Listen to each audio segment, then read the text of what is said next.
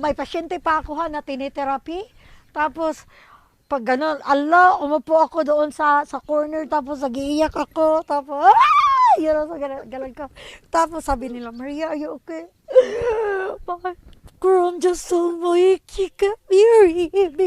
Like, grabe talaga, pastor. Parang drama na drama. So, nag-post ako sa Facebook, no wedding. Tapos, ang dami na gano'n. Sabi no, prank lang eh. Wedding is off. Sabi ko, gala pala yun. Grabe yung ano sa Wedding is akin. off. Ano, ang dami. Are you okay? Tapos umawag na. Ang dami nang tumatawag. Tapos umuwi na ako. Sabi ko sa therapy coordinator ko, I have to go home. Nung nandoon ako sa bahay, kinuha talaga niya pati mga dilata. Pati ang mga dilata na inano niya doon, pati yung mga pagkain na binili niya sa refrigerator, talaga ang ubos. Sabi ko, how dare him do it to me?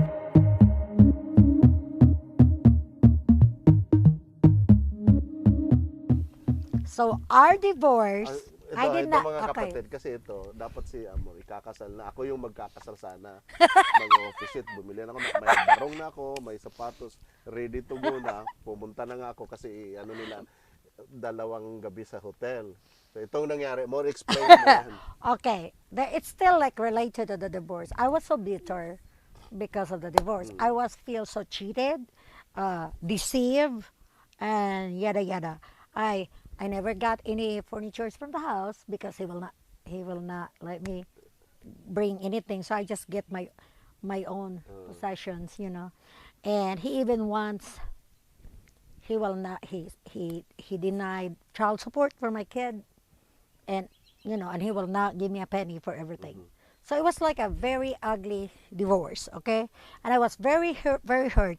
But the thing is, I was more hurt when I find out that January 6 was our divorce final, and then a first wife came to the picture that they're back together. And in just a matter of 2 months, they're married and live in the house that I lived for 10 years.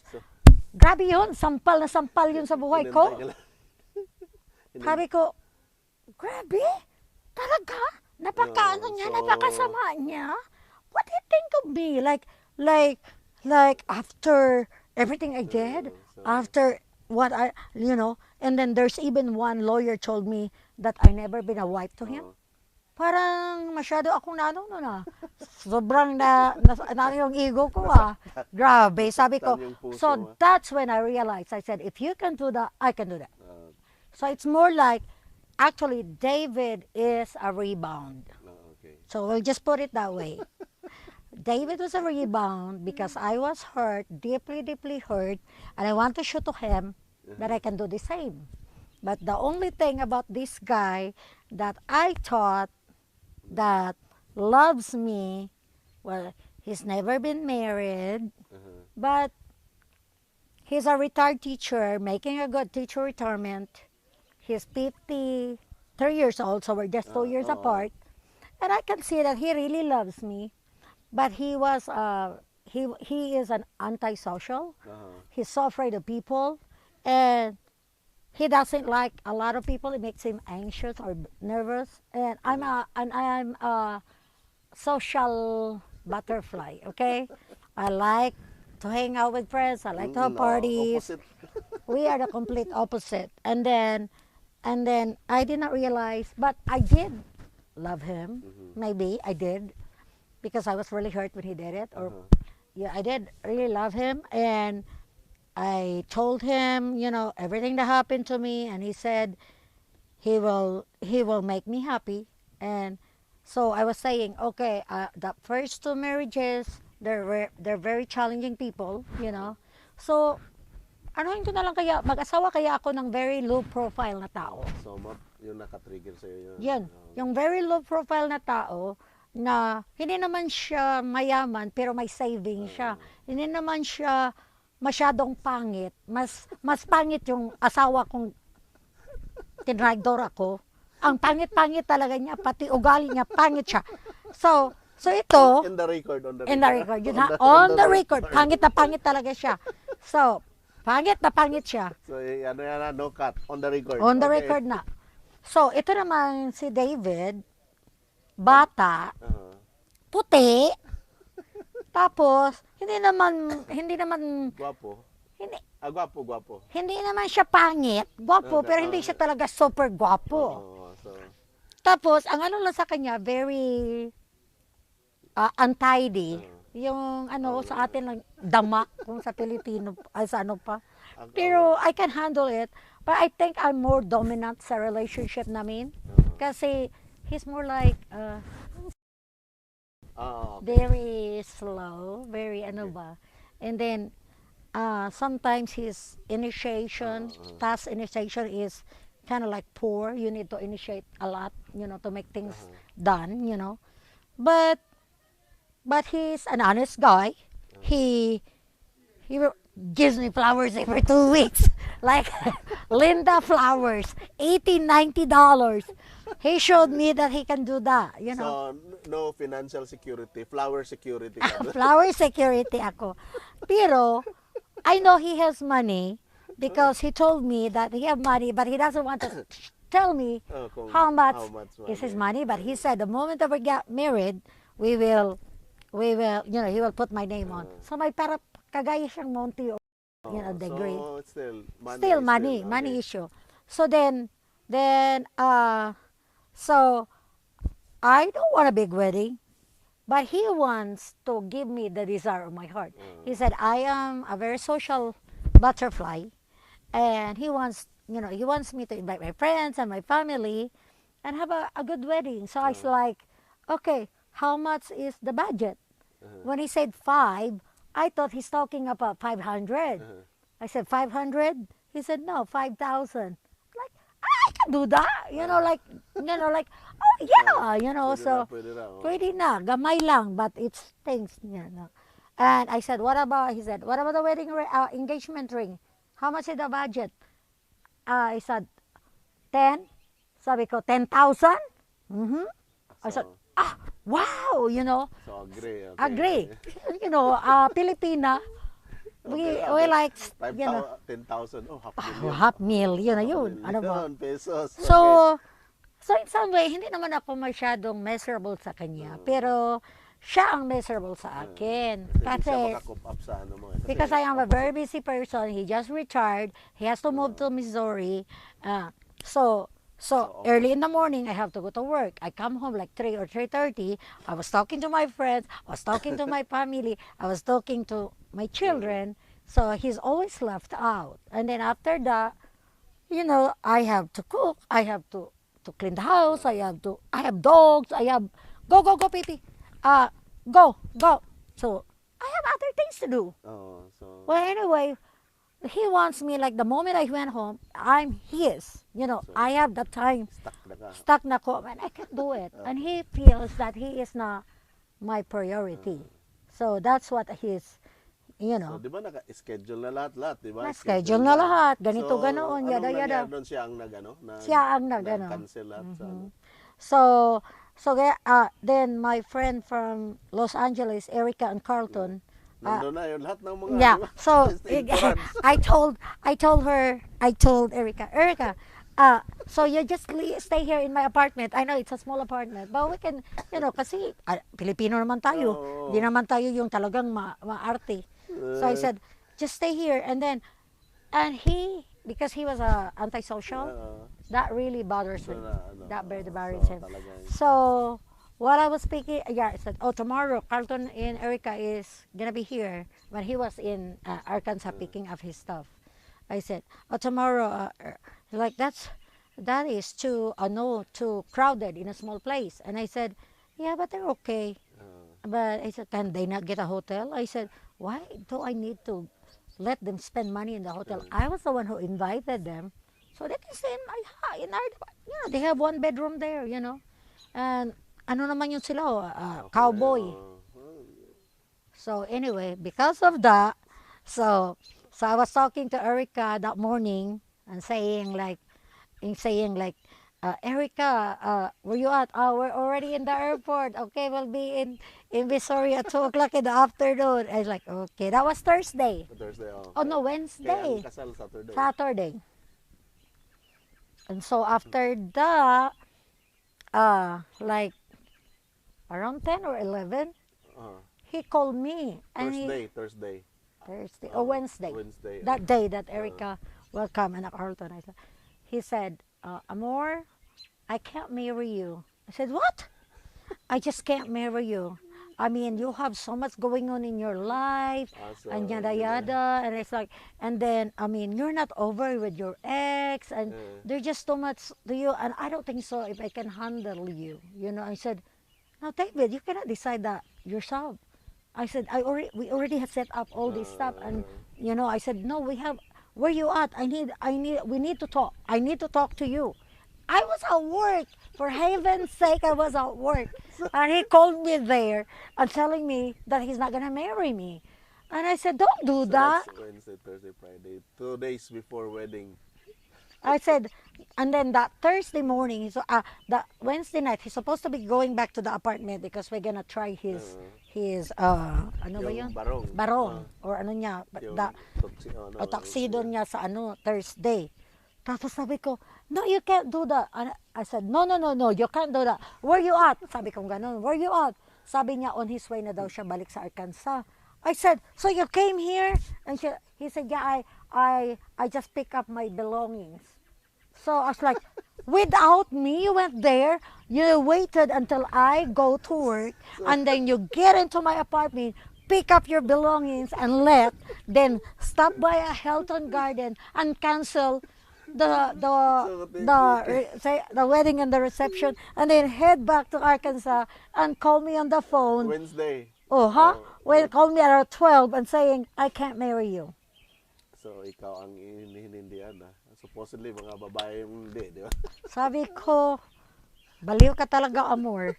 Lalo lang ka lang tatawanan sa nangyari ngayon. Tatawanan ka talaga. Kasi, like, tatawanan ka talaga. Sabi ko, so, grabe yung ano ko. So, how do you handle? Paano yung more? Sabi ko sa kanya, I hate you. I hate you. I hate you. I hate you. Sabi ko gano'n sa kanya sa phone. Tumawag sa akin, no? Ako nang nag-ano more. So, umuwi ako. Ay, nag-ano pa pala ako, pastor. Nagpapayangaw pa ako doon sa trabaho ko. May pasyente pa ako na tinitherapy. Tapos, pag gano'n, umupo ako doon sa corner. Tapos, nag-iiyak ako. Tapos, yun ang galang ko. Tapos, sabi nila, Maria, are you okay? Groom just told me he can't marry me. Like, grabe talaga, pastor. Parang drama. So, nag-post ako sa Facebook, no wedding. Tapos, ang dami lang na gano'n. Ano, prank lang eh. Wedding is off. Sabi ko, gala pala yun. Grabe yung wedding is off. Ang dami. Are you okay? Tapos umawag na. Ang dami nang tumatawag. Tapos umuwi na ako. Sabi ko sa therapy coordinator ko, I have to go home. Wait, go Maria. So, umuwi na ako. Iyak ako ng iyak. Tapos tinignan ko yung ano ko. At umawag ako sa kanya again. Sabi ko, I hate you. Tapos sabi niya, ganito. Tapos nung nandoon ako sa bahay, kinuha talaga niya pati mga dilata. Pati ang mga dilata na inano niya doon, pati yung mga pagkain na binili niya sa refrigerator, talagang ubos. Sabi ko, how dare him do it to me? Talagang kinuha, talaga, pastor. Cancel pa yung wedding, kinuha yung dilata mo, wala ka nang kakainin, wala ka... Sabi ko, baliw ito na tao na to. Sabi ko sa... Pero it takes ilang na ano mo yun, na yung yung parang 2 months akong talaga naggrabe. Pero 2 months na para akong tapos pero after nun, tapos hindi ko na mahagilap yung engagement ring.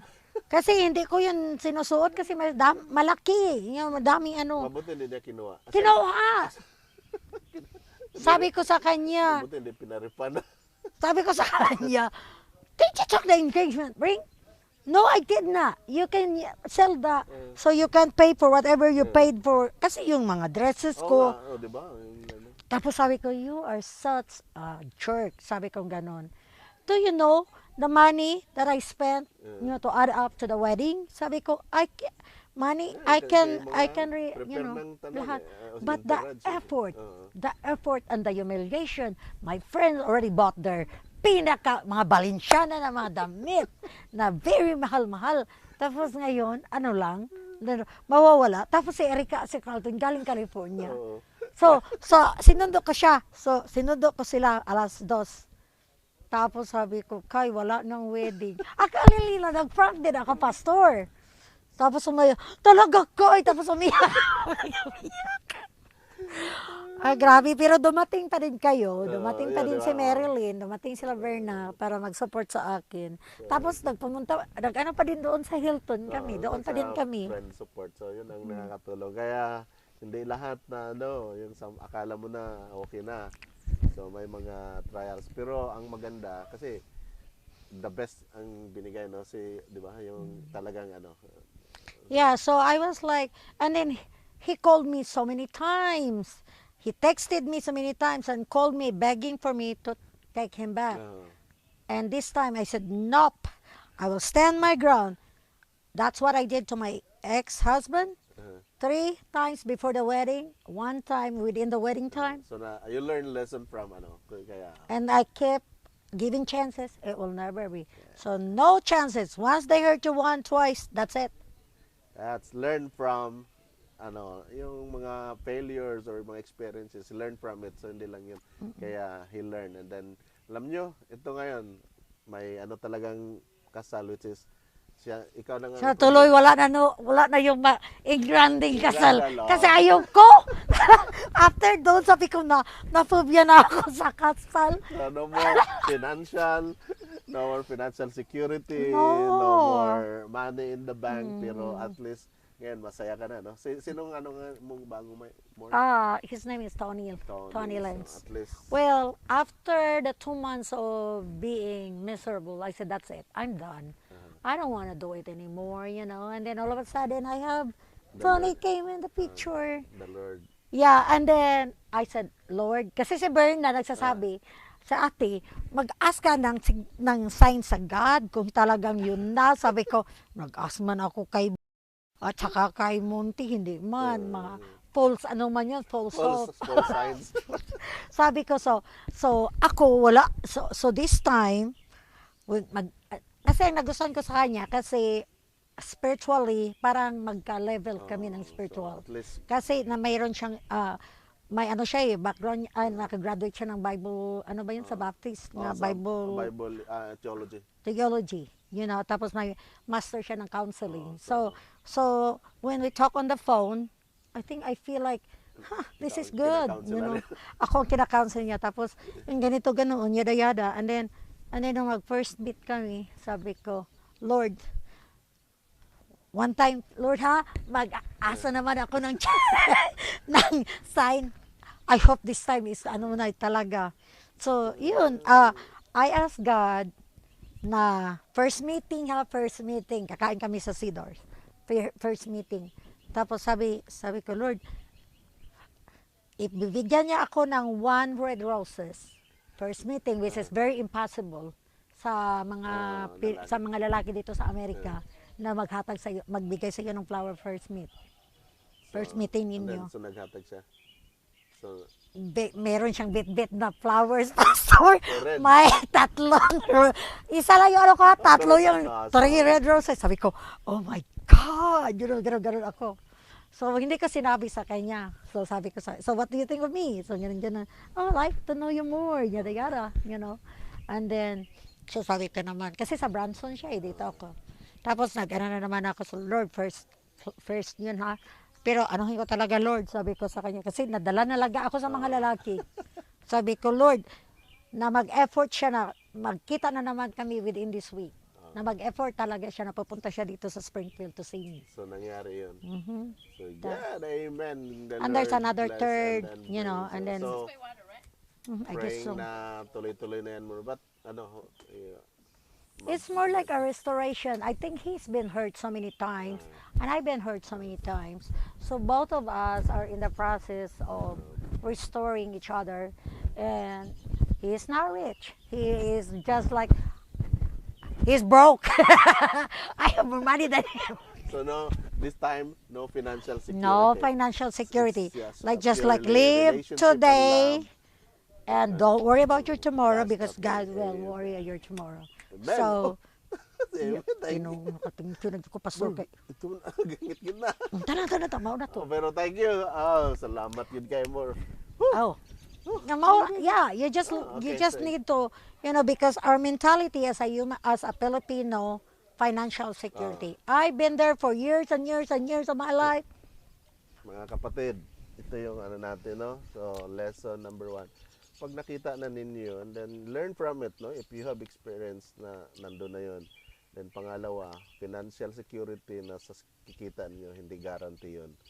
Pero life will go on, must go on, and trust the Lord, di ba? Yun ang sabi nga ni Sister Yeah, and Kapatid that's Amor. when contentment is a big thing. Contentment, okay. Amen. Because